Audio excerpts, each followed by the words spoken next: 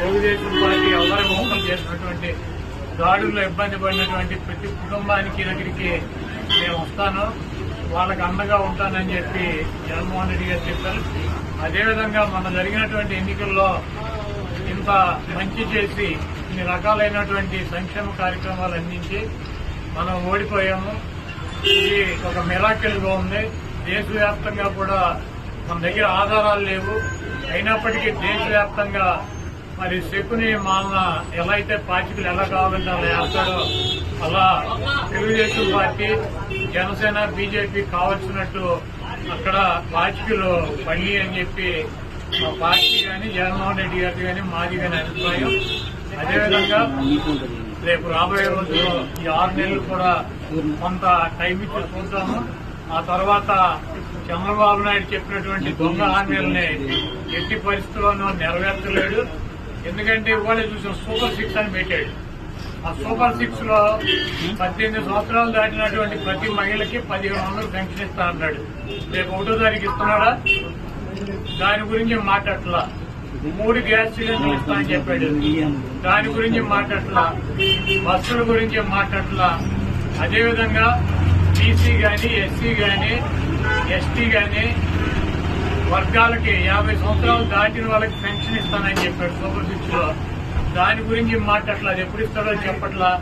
అదేవిధంగా ఇంకోటి 20 లక్షల మందికి నిరుద్యోగులకి ఉద్యోగాలు ఇప్పిస్తాను, ఉద్యోగాలు కనుక ఇప్పించలేకపోతే ఈ లోపు 3,000 రూపాయలు నిరుద్యోగ వృత్తి కూడా ఇస్తానని చెప్పి సూపర్ 6 లో పెట్టాడు.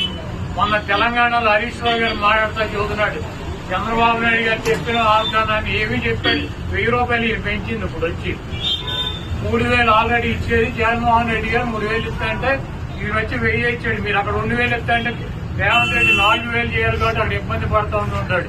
ఇంకా సూపర్ 6 అని చెప్పి ప్రతి మహిళకి 1,500 రూపాయలు ఇస్తానన్నాడు 18 సంవత్సరాలు దాటిన వాళ్ళకి. మరి ఆ వాగ్దానం ఎప్పుడు చేస్తాడు? రేపు 1వ తారీఖు ఇవ్వరా? కాబట్టి తెలుగుదేశం పార్టీ ఆయన ఇచ్చినటువంటి వాగ్దానాలను, చంద్రబాబు నాయుడు చేసినటువంటి వాగ్దానాలని పక్కదారి పట్టించడానికి ఊరికి నిన్నేమో పోలవరం వెళ్ళి వచ్చాడు సోమవారం, మళ్లీ గురువారం ఏమో అమరావతి వెళ్ళి వచ్చి అక్కడ ఎన్ని తిరిగి ఈయన కాలక్షేపం కబుర్లు, కాలక్షేపం మాటలు, ఊరికి ఆయన వెళ్ళి అటు ఇటు తిరిగి రావడం తప్పించి ఎప్పుడు నువ్వు సూపర్ 6 అమలు చేస్తున్నావు స్పష్టంగా చెప్పాలని చెప్పి నేను డిమాండ్ చేస్తున్నాను. ఇప్పుడు ఇది ప్రజాస్వామ్య దేశం. ఎవరిని టార్గెట్ చేసుకున్నప్పుడు నేను పోయినంత మాత్రాన నన్ను టార్గెట్ చేస్తే వైఎస్ఆర్ కాంగ్రెస్ పార్టీ ఏం ఆగదు, జగన్మోహన్ రెడ్డి గారు ఇంటికి కూడా ఏం పీకలేరు. ఎందుకు కాదు, జగన్మోహన్ రెడ్డి గారిని టార్గెట్ చేస్తారు. ఇక్కడ మీరున్న సెక్యూరిటీ అంతా తీసేసి, గన్మెన్లు తీసేసి, ఇంకా 15 రోజులు ఎలక్షన్ జరగలేదు, కమిటీ సిఫార్సులు రాలేదు, ఇక్కడ మొత్తం అంతా కూడా సెక్యూరిటీ తీసేశారు కదా. తీసేసి ఎల్లో మీడియా కెమెరాలు పట్టుకొచ్చి జగన్మోహన్ రెడ్డి గారి ఇంట్లోకి ఎట్టెళ్ళాలి, వాడుకు ఎట్టెళ్ళాలి, ఇవన్నీ కూడా వాళ్ళే చూపిస్తున్నారు. కాబట్టి ఇక్కడ టార్గెట్ ఎవరు దొరికితే ఆ టార్గెట్, ఇటువంటి వాటికి భయపడే ప్రసక్తి లేదు. ఎవడెవడికి టార్గెట్, ఎవడెవడి చేతులు ఏం రాసి ఉందో అవన్నీ పైన ఉన్నటువంటి భగవంతుడు నిర్ణయిస్తాడు. ఎవరి టార్గెట్లు ఎవరికి ఏమవుతుందో చూద్దాం రాబోయే రోజుల్లో. అదేవిధంగా ఋషికొండలో కట్టినటువంటి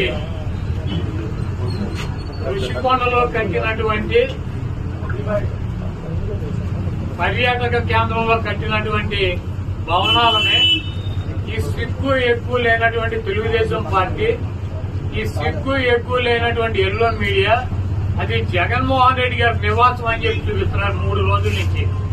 వెళ్ళి జగన్మోహన్ రెడ్డి గారు అక్కడ నివాసం ఉన్నాడా? జగన్మోహన్ రెడ్డి గారు 2014 నుంచి 19 దాకా ప్రతిపక్ష నాయకుడుగా ఉన్నాడు.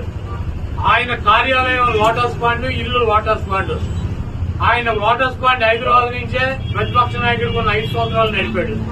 ముఖ్యమంత్రి అయిన తర్వాత 5 సంవత్సరాలు ఈ తాడేపల్లిలో ఉన్నటువంటి ఇల్లు క్యాంప్ ఆఫీస్ ఇక్కడి నుంచే నడిపాడు. ఆయన కార్యాలయాన్ని గాని ఇంటిని గాని. జగన్మోహన్ రెడ్డి గారి రక్తంలో లేదు. ప్రభుత్వం కట్టించినటువంటి ఇళ్లలో ఉండటం గాని, ప్రభుత్వం కట్టించినటువంటి గెస్ట్ హౌస్లో ఉండేటువంటి కర్మ జగన్మోహన్ రెడ్డి గారికి పట్టల. జగన్మోహన్ రెడ్డి గారు వైజాగ్ లో సొంత ఇల్లు కట్టుకున్నాక అక్కడ షిఫ్ట్ అవుతాడు. అంతేగాని టూరిజం ప్లేస్ లో కట్టినటువంటి ఆ హౌస్ లో జగన్మోహన్ రెడ్డి గారు వెళ్తాడని చెప్పి ఎవడు చెప్పాడు వీళ్ళకి వెధవులకే? అది జగన్మోహన్ రెడ్డి గారి కోసం కట్టించుకున్నటువంటి ఇల్లు అని చెప్పి రకరకాలైనటువంటి కథనాలు రాస్తున్నారు. అది ఒక అంతర్జాతీయ రాజధానిగా తీర్చిదిద్దాలన్నదే వైఎస్ఆర్ కాంగ్రెస్ పార్టీ లక్ష్యం. దాన్ని రాజధాని చేయాలన్నదే ఆ రోజు నిర్ణయించుకున్నాం. కాబట్టి అక్కడ ఇంటర్నేషనల్ సెమినార్లు జరుగుతున్నాయి. అనేక మంది ఇంటర్నేషనల్ సంబంధించినటువంటి దేశ విద్యార్థుల నుంచి అనేక మంది పారిశ్రామిక